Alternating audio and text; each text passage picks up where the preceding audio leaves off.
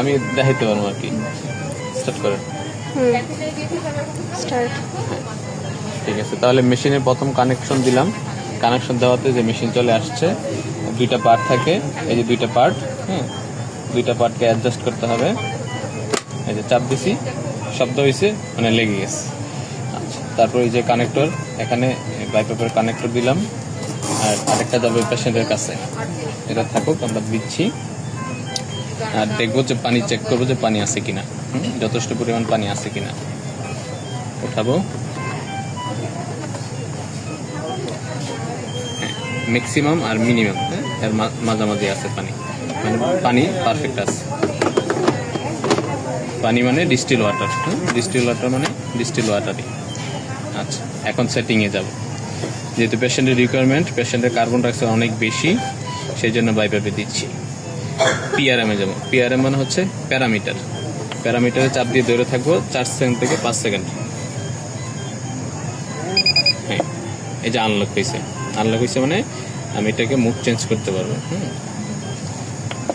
Auto on of করে দিলাম, auto off করে দিলাম, মুডে গেলাম, স্পন্টানিয়াস মুড, সিপেপ মুড, অটোবি মানে বাইপাপ মুড দিলাম। হ্যাঁ, প্যারামিটার আমি বাড়াবো, যেহেতু আমাকে বলছে 11 থেকে 12-এর মধ্যে রাখতে। আর যদি আমি স্পন্টানিয়াসে যাই, তাহলে আমি চাইলে আরও বাড়াইতে পারবো। তাহলে আমি এটাকে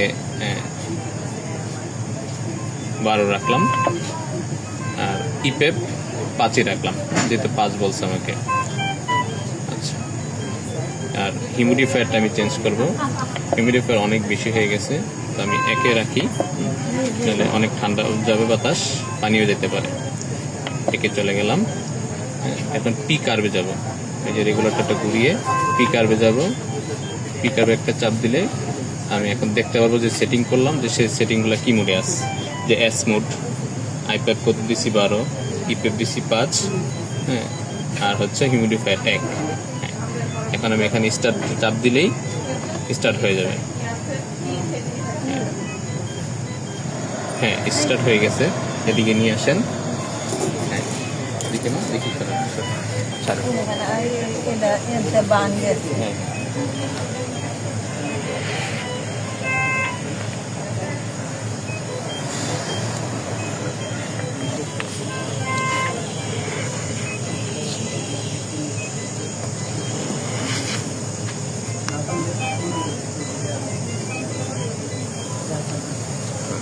পেশেন্টের সাথে কানেক্ট করে দিলাম।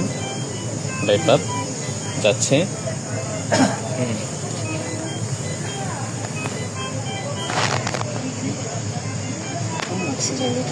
হ্যাঁ, অক্সিজেন ওর পেশেন্টের আগে থেকে লাগানো না থাকলে আমরা অক্সিজেন দিব।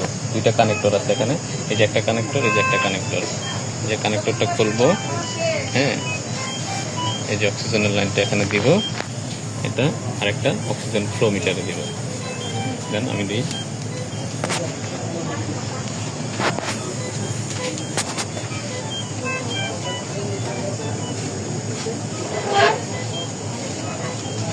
বারো থেকে শুরু করলাম। এখন আমি দেখবো, এখানে আসবো, এখানে দেখবো যে পেশেন্ট মাস্ক ঠিক আছে কিনা, ঠিক মতো পাচ্ছে কিনা।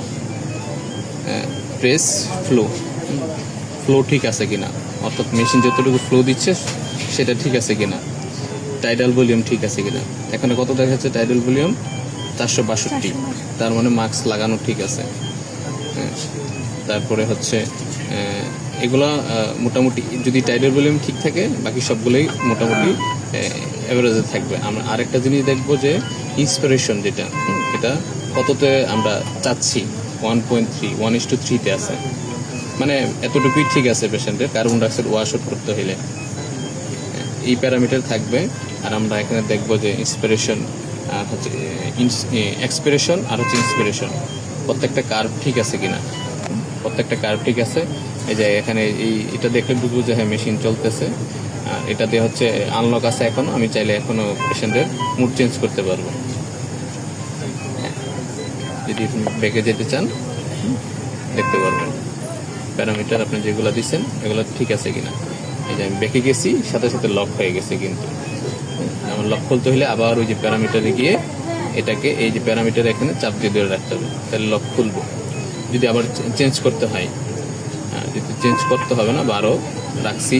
আর যদি মনে হয় যে না একটু চেঞ্জ করে দিব আর একটু কমাই দিব, তাহলে পিআরএমে যাব, হ্যাঁ চাপ দিয়ে ধরে রাখবো,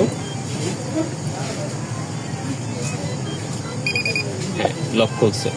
তাহলে আমি চাইলেই ইন্সপিরেশন এক্সপ্রেশন বাড়াইতে কমাইতে পারবো রিকোয়ারমেন্ট অনুযায়ী।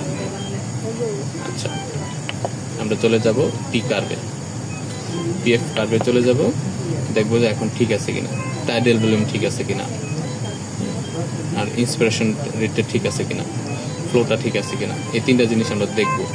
আর আমরা যে সেটিংয়ে দিছি এই সেটিংগুলো ঠিক আছে কিনা, ইন্সপিরেশন এক্সপিরেশন এগুলো ঠিক আছে কিনা। ওকে।